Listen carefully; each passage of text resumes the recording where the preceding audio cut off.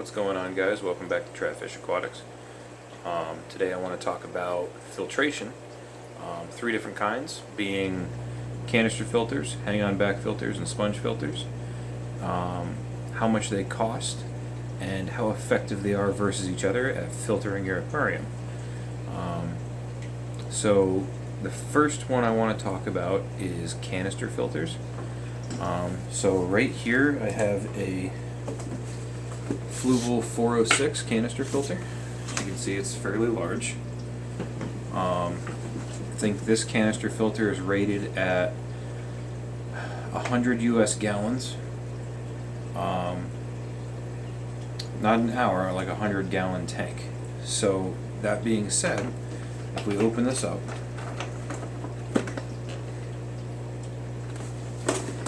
maybe, there we go. This is your motor. You have your inlet and outlet hoses that hook up here. Now, inside here, you have this little red rack that holds filter sponges, and then you have 4 media trays here that stack on top of each other. Now, these you can put anything you want in. Doesn't necessarily have to be anything in particular. You could use carbon, ceramic rings, more filter sponges, bio balls, anything like that. Filter floss if you want to. And then on this rack, you just put some sponges in here. This one doesn't have any sponges right now, but each sponge on this is only about a 1/2 inch thick and about 12 inches long. So this canister filter can hold a lot of media. But normally what they give you with this is they give you the 4 little sponges that fit on this, which gives you a block of sponge, total 12 inches long, about 3 inches wide, and 4 inches thick, which is a fair amount. And then in these little baskets, they give you 2 little bags of ceramic rings, 2 little bags of charcoal, and I don't remember what the other one was. I think it was just more bio rings. But that's all they give you, and it only fills these baskets about halfway full on each side. So you can definitely add more to that. Personally, what I would do is I would just throw all that away, hang on to the carbon packs in case you run any medications or anything like that. But I would cut out sponges and fill these with more sponge. Because dollar to dollar sponge gives you more filtration for the money that you're going to put into it. So if you fill this whole thing full of sponge, now you've got this whole thing full of sponge and all these full of sponge. This is now one giant biofiltration filter. And that's how I have this one back here set up for this 75-gallon tank. And that's the only filter running on that. There's no extra filtration on here. It's just that canister. I got a bunch of Orandas in there, and that filters that tank very well. Now, price point, I believe these canister filters new go for about $300 at PetSmart. And I'm just going to use PetSmart as my base price point for most of this stuff, because a lot of people have PetSmarts around, so that's the best way I can explain this, because it's going to hit the most people and make sense for most people. So this canister filter is about $300. It'll filter, according to Fluval, 100 US gallons. So that's this filter. The next filter I want to talk about is the hang-on back style filter. So I have this one right here. This is a Tetra Whisper 60. This is actually the 30 to 60, so I believe this is a Walmart model. But the Tetra Whisper 30 to 60 and the Tetra Whisper 60 filters are the same. It's the same exact filter, no difference. Interchangeable parts. I have a bunch of these. So I have this one, and I have one of these on my 55-gallon out in my kitchen, and I have 2 of these on my 125-gallon in my living room. And personally, for how much these cost versus how effective they are, for a hang-on back filter, you really can't beat it. This filter, I believe you can get them on Amazon for $22. At Walmart, I think they're like $24, $25. But if you were to get this at PetSmart, it's like a $40 filter. So basically what you want to do with these, and this is just the way I set it up, is on the inside here you have little grooves that come with like the throwaway filter cartridges that they give you, one for each side, and it's just a little pad of filter floss with some carbon in it on this plastic rack system that slides in here. And I use them for the first 2 weeks just to get any particulate out of the water once I first set a tank up, and then once they're filled and it starts overflowing out of the center here, I just throw them away. And then I'll get a block of sponge,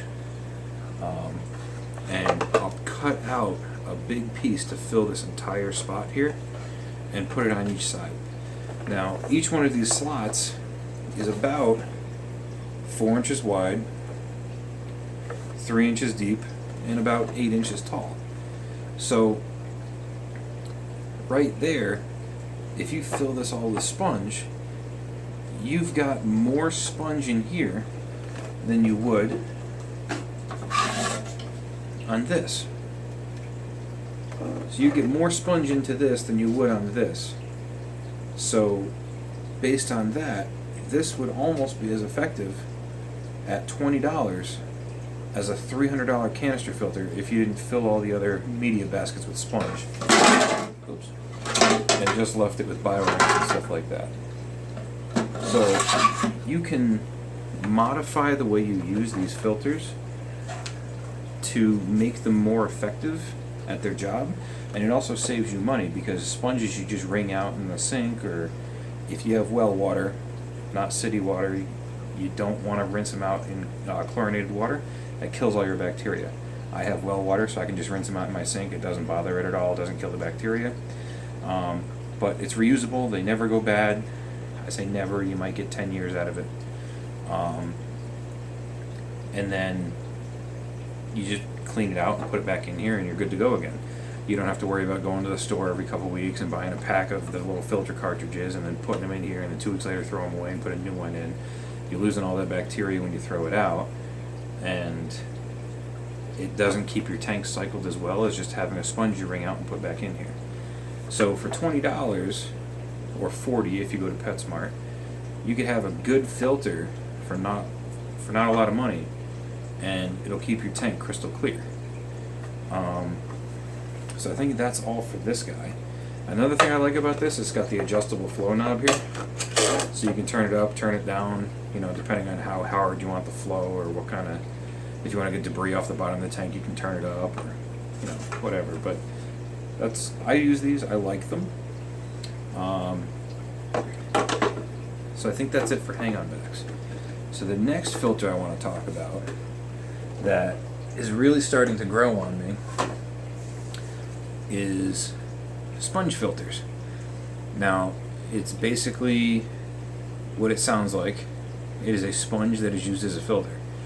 Now, the one thing that I wasn't a huge fan of when I first started looking at these was they go in your tank. It doesn't just have a hook over the top with an intake and an output, or hang on your tank like this one right here, where the hang-on back actually hangs over the back of your tank and just has the inlet here and spills water back over the top. So right here is a sponge filter. If we want, we can get a little closer on that.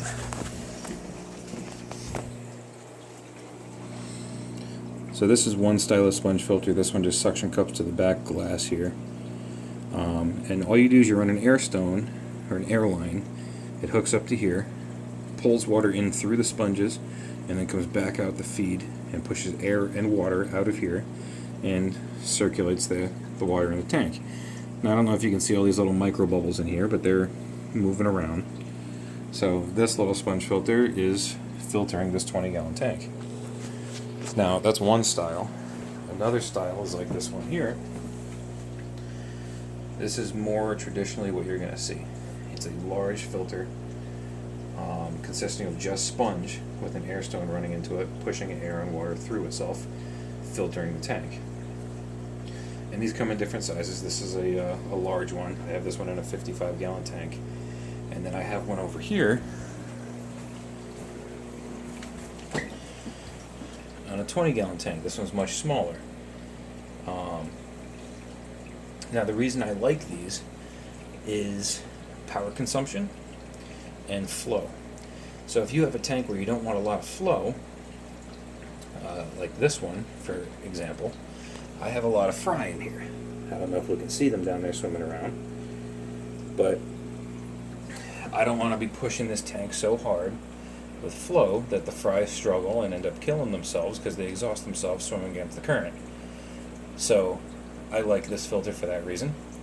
I also like it because the filters, like a hang-on back or a canister, can suck fry up and basically kill them by getting hit by the impeller. So I'm starting to like these filters a lot. So something you can do to avoid killing fry with hang-on bags and canisters is using an intake sponge, which is just a sponge like this with a hole in it, and the bottom sealed. You can get these from Aquarium Co-op.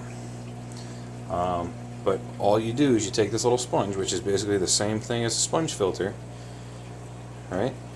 And you just slip it on the intake of a hang-on back, like this one right here. It's got this little sponge filter and it's just slipped up over the intake on that. Or, like on this one here, just slipped up over the intake. And that will grow bacteria on it. That'll help filter your aquarium. And it will, stop fry and stuff from getting sucked up in there that you don't want. It also keeps the filter up here a lot cleaner because the larger particles get caught on this down here. Now, a sponge filter does the exact same thing, but it's just air driven. And the thing that's really nice about being air driven is it only uses as much power as the air pump uses. So I believe that air pump down there only uses like 7 watts of power. So this filter costs almost nothing to run.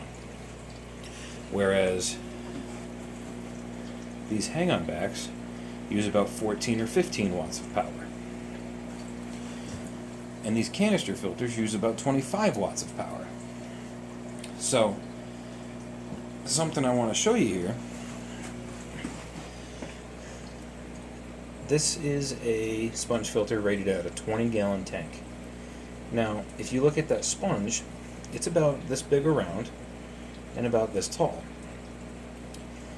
So, that amount of sponge with grown bacteria colony on it will filter a 20-gallon tank. But if you come over here to this tank, this is a 20-gallon filter rated to filter a 20-gallon tank. But if we open it up and look at it, now granted this is modified, this filter pad right here, this sponge, is what they give you as a satisfactory amount of filtration for your 20-gallon tank. It's about 3/8 of an inch thick and the size of one of your standard filter cartridges. You can see through it. It's not that big. So what I've done is I've thrown out the replacement filter cartridge and just added more sponge here. Here's the original one, and here's the one I've added. This one's about an inch thick and the same size. Now something else I've done is I've added that intake sponge. So I've almost upgraded based on who makes this, Tetra. According to Tetra, that'll filter 20 gallons. So by adding all that, technically you could say that this would be capable of filtering 40 gallons or 50 gallons. So if that little pad that's in there is capable of filtering 20 gallons, this little sponge filter that's over here has just as much sponge on it as this one after I've modified it.